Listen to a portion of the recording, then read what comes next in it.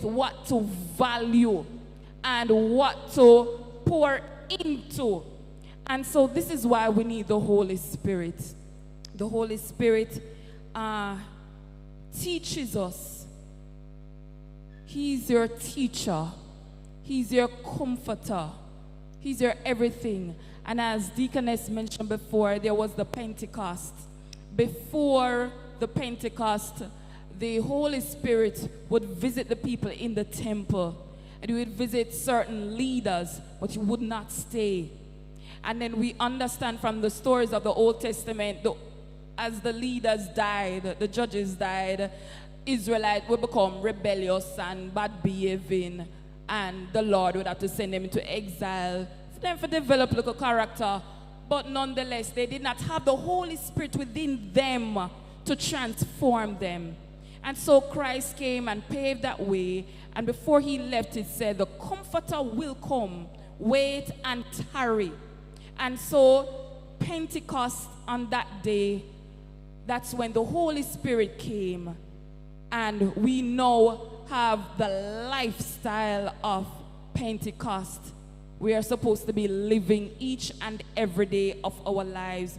But we are not really seeing this manifest. Many of us, we don't understand the importance of the Holy Spirit and how valuable he is to our lives. We become a Christian, we are saved, we are baptized. There are certain understandings we have to have, right? The Holy Spirit indwells in you, and then we seek after the infilling of the Holy Spirit.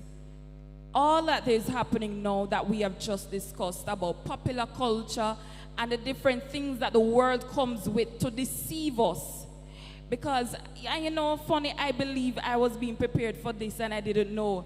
I remember about a few months ago, I was watching a movie and it was just so mystical and enticing.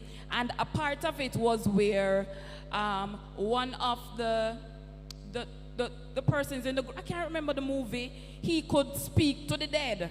He could see the dead. And I was there promoting and saying, use it, no man.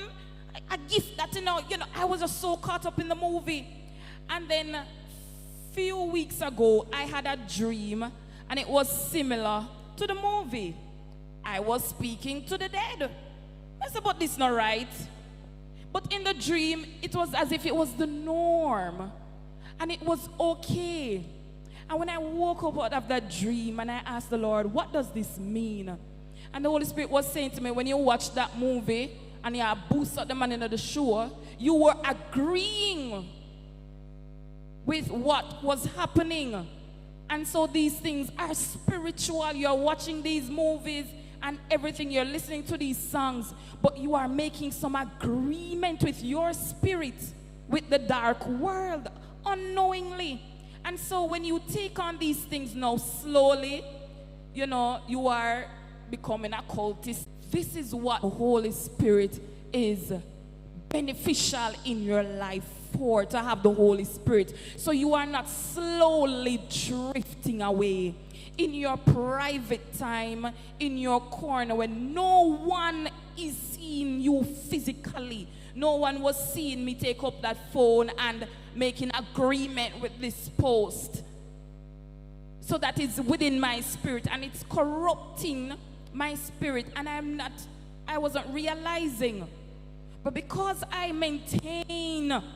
try my best to maintain my fellowship with the Holy Spirit and a relationship with the Holy Spirit, so that conviction is there. And when you get the conviction, do not ignore it.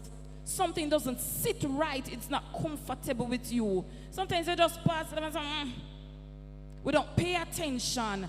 And that is when the Holy Spirit is invite you to have communion with him, talk with him. Something that sit right, Lord, speak to me. Sit in a quiet corner, you know, let him roll it over in your spirit. Look for the word.